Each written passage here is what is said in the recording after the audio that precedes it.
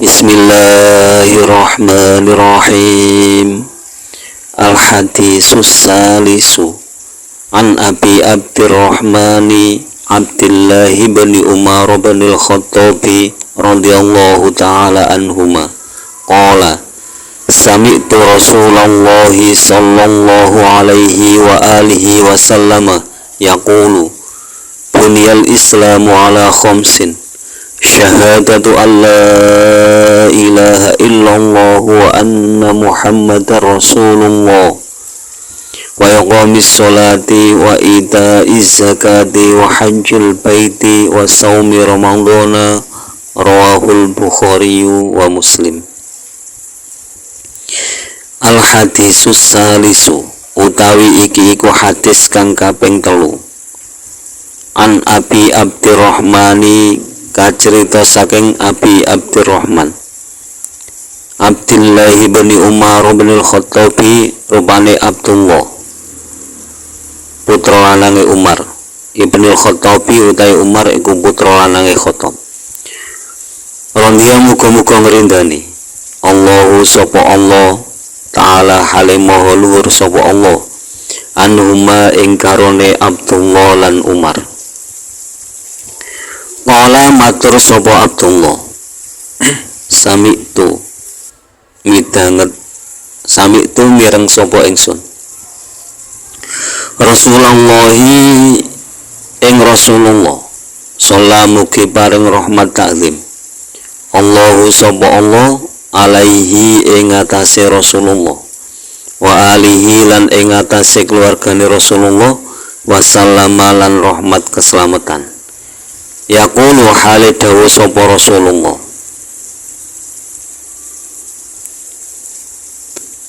Bunia den jenengake al-islamu apa Islam ala khamsin netepi ing atase 5 perkara.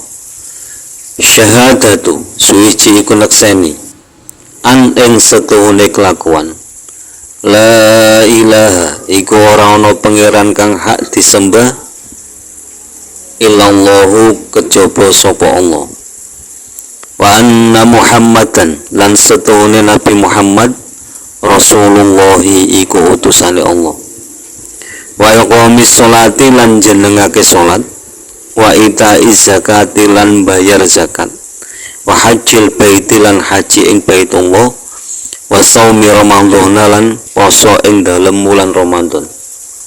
Rawang riwayatake ing hadis Al-Bukhari sapa Imam Bukhari wa Muslimun lan Imam Muslim. Hadis yang ketiga ini diriwayatkan dari Abi Abdurrahman. Jadi kunyahnya Abi Abdurrahman. Nama aslinya adalah Abdullah. Nah, Abdullah ini putra dari Sayyidina Umar bin Khattab. Yang selanjutnya itu dikenal dengan Ibnu Umar. Jadi Ibnu Umar itu namanya adalah Abdullah bin Umar dan mempunyai kunyah Abi Abdurrahman. Beliau Abdullah bin Umar itu meriwayatkan hadis ini yaitu tentang Islam.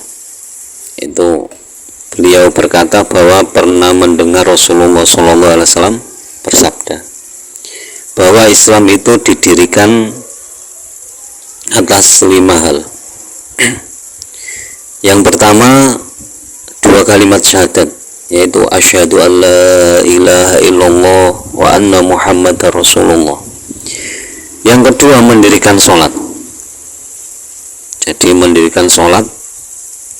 Nah, sholat yang wajib itu ada 5 waktu, yaitu isya, subuh, zuhur, asar, maghrib. Yang asalnya sholat tersebut adalah 50 waktu.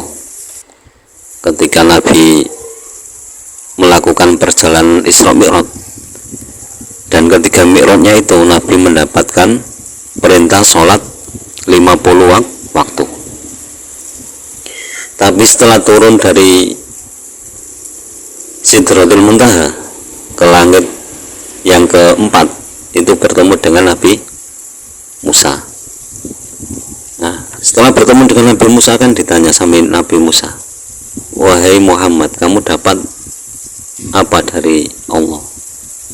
Nabi Muhammad SAW menjawab, saya mendapatkan perintah sholat 50 waktu. Mendengar hal itu, Nabi Musa alaihissalam memberikan saran, kembalilah kepada Allah, minta keringanan dari perintah itu. Jadi akhirnya Nabi kembali meminta keringanan. Akhirnya kembali lagi sampai 5 waktu. Jadi 50 waktu itu diringkas menjadi 5 waktu. Nah, itu masih disuruh kembali lagi sama Nabi Musa. Akhirnya Allah berfirman, wahai Muhammad, cukup itu saja. Jadi 5 waktu itu pahalanya sama dengan 50 waktu. Bisa dibayangkan, sholat dalam 1 hari 1 malam 50 waktu, padahal jam itu cuma 24 jam. Berarti setiap jamnya itu sholat dua kali, ada yang 3 kali. Itu bisa dibayangkan, enak-enak tidur, bangun sholat 2 rakaat misalnya, cuma 2 rakaat saja misalkan, bangun tidur sholat 2 rakaat, lagi asik-asik di sawah nyangkul sholat. Itu kan terus bagaimana kan itu, akhirnya ya 5 waktu itu saja. Kadang yang 5 waktu saja jarang yang sholat, apalagi yang seperti tadi, tidur baru 1 jam, bangun sholat 1 jam lagi, bangun lagi sholat lagi. Kayaknya kok nggak mungkin, malah mungkin banyak orang yang durhaka. Yang 5 waktu yang begitu simpel aja masih dilanggar gitu. Nah, untuk kesempurnaan lagi itu perlu melakukan sholat sunnah, karena sholat sunnah itu sifatnya mendekatkan diri kepada Allah. Jadi kalau sholat fardu itu pokok dagangannya, sholat sunat itu ribhunnya atau keuntungannya. Jadi kan nggak mungkin orang berdagang itu nggak ingin untung, kan nggak mungkin. Akhirnya yo mau nggak mau yo paling tidak minimal ya sholat rawatib lah. Tuh.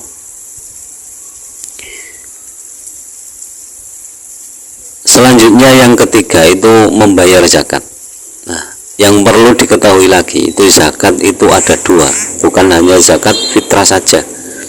Zakat itu juga ada zakat mal. Nah, zakat mal itu ada persyaratan nisab, haul itu, dan kesempurnaan kepemilikan itu ada syarat-syaratnya. Jadi sesuai dengan ukuran emas 85 gram dan sebagainya, itu ada di pembahasan tentang zakat di bab zakat. Tuh. Jadi jangan dikira kewajiban kita itu cuma zakat fitrah setiap Ramadan saja, setelah itu tidak pernah membayar zakat. Tuh. Yang keempat, hajjil baiti. Jadi haji ke Baitullah atau menyengaja pergi ke Baitullah untuk beribadah. Tadi hajjun niku menyengaja. Tadi menyengaja, sengaja pergi ke Baitullah untuk beribadah. Bukan healing. Jadi niatnya jangan sampai salah. Sudah bayar larang-larang, antriannya puluhan tahun, niatnya healing. Itu kan fatal. Jadi niati dengan baik, niat haji. Berangkat ke Mekah, antrian puluhan tahun, bayarnya puluhan juta, niati healing. Kacau. Yang kelima, shaumi Ramadan, puasa di bulan Ramadan. Jadi puasa yang wajib itu hanya di bulan Ramadan. Yang lainnya sunnah. Nah, kalau ingin keuntungan lagi ya tadi, lakukan perbuatan sunnah. Itu keuntungan bagi setiap hamba, dan sifatnya juga mendekatkan diri kepada Allah. Hadis ini termasuk hadis sahih karena diriwayatkan oleh Imam Bukhari dan Muslim. Wallahu alam. Demikian penjelasan tentang hadis ketiga. Semoga bermanfaat fid dunya wa dunya wal akhirah. Ihdinas siratal mustaqim, wallahul muwaffiq ila aqwamit thoriq. Wassalamualaikum warahmatullahi wabarakatuh.